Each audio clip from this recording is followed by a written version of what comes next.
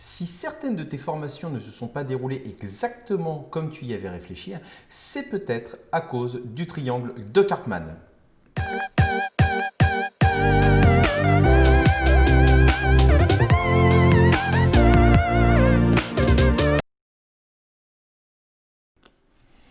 Et donc, comme je te disais, le triangle de Karpman, c'est un phénomène psychologique inventé par un psychologue du nom de Stephen Karpman qu'on va regarder ensemble. Alors, tu revois, j'ai remis tous mes petits post-it, on va aller jeter un coup d'œil, voir directement ce qu'on va pouvoir découvrir derrière ce nom un peu énigmatique quand même.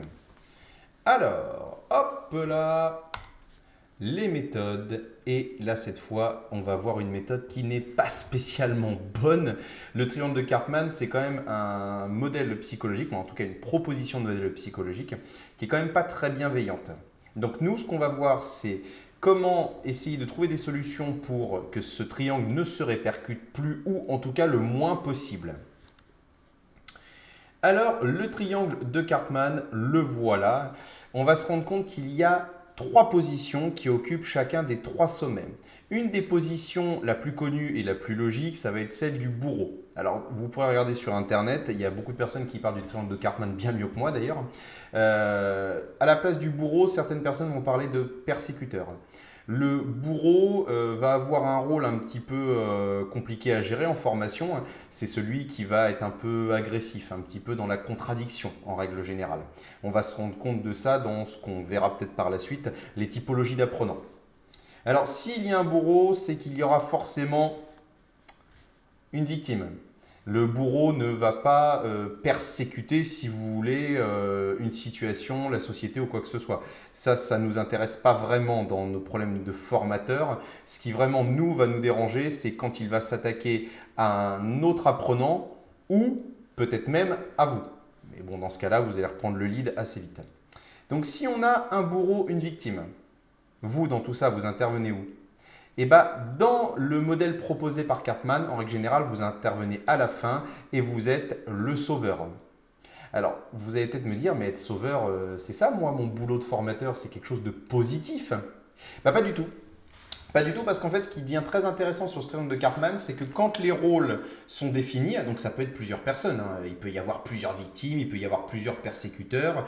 Le sauveur, en général, c'est plutôt vous, ou ça peut être aussi un autre apprenant qui va prendre la défense d'un autre apprenant, ce qui du coup va nuire au déroulé de votre formation.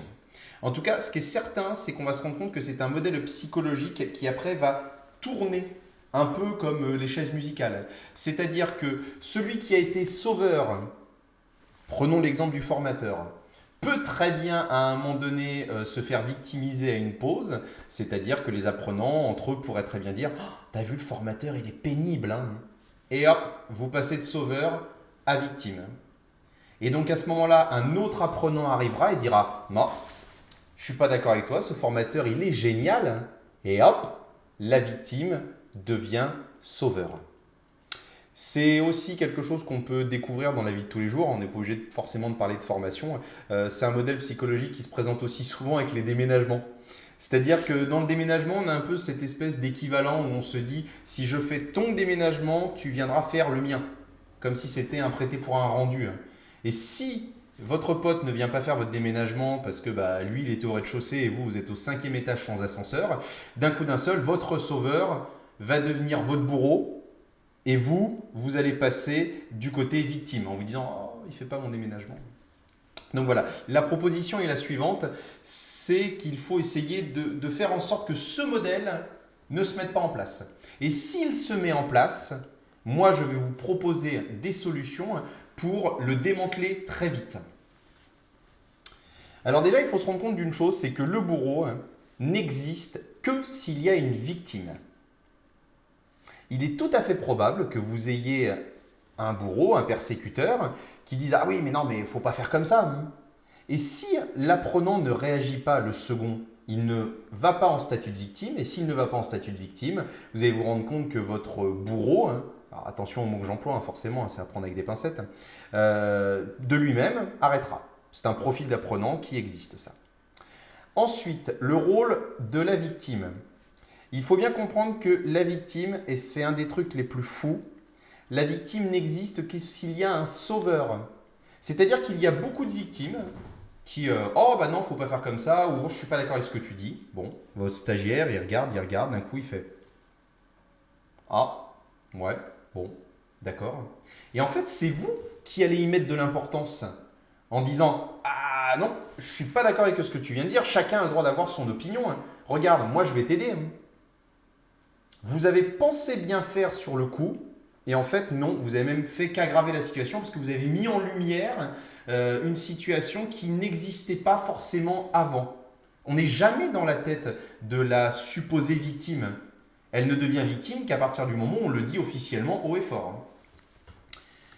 Et le rôle du sauveur, et c'est là que ça devient compliqué pour nous formateurs parce qu'on est un peu tous des sauveurs, c'est-à-dire qu'on a besoin d'aider, on a besoin de partager, mais on va se rendre compte que si on le fait tout de suite, donc comprenez bien ce que je dis, si on le fait tout de suite, si on ne laisse pas de latence, on ne laissera pas à notre apprenant la possibilité de faire les choses par lui-même. J'ai un exemple qui me vient tout de suite en tête. Moi, il m'arrivait régulièrement sur des formations PC de tout de suite arriver derrière la personne, de prendre la souris et de dire regarde, je vais te montrer. Ah bah elle est contente, elle a trouvé où était le bouton grâce à moi, mais peut-être qu'elle aura réussi toute seule. Là en attendant, bah, je l'ai un peu infantilisée et elle n'a pas trouvé la solution par elle-même. Bah écoutez, je vous laisse réfléchir à tout ça. Surtout, n'hésitez pas à liker, vous abonner à la chaîne. Et si vous avez des remarques ou des exemples qui vous viennent en tête, ça m'intéresse et on en parle dans les commentaires. Et on se revoit bientôt pour d'autres astuces de formateurs. Allez, ciao!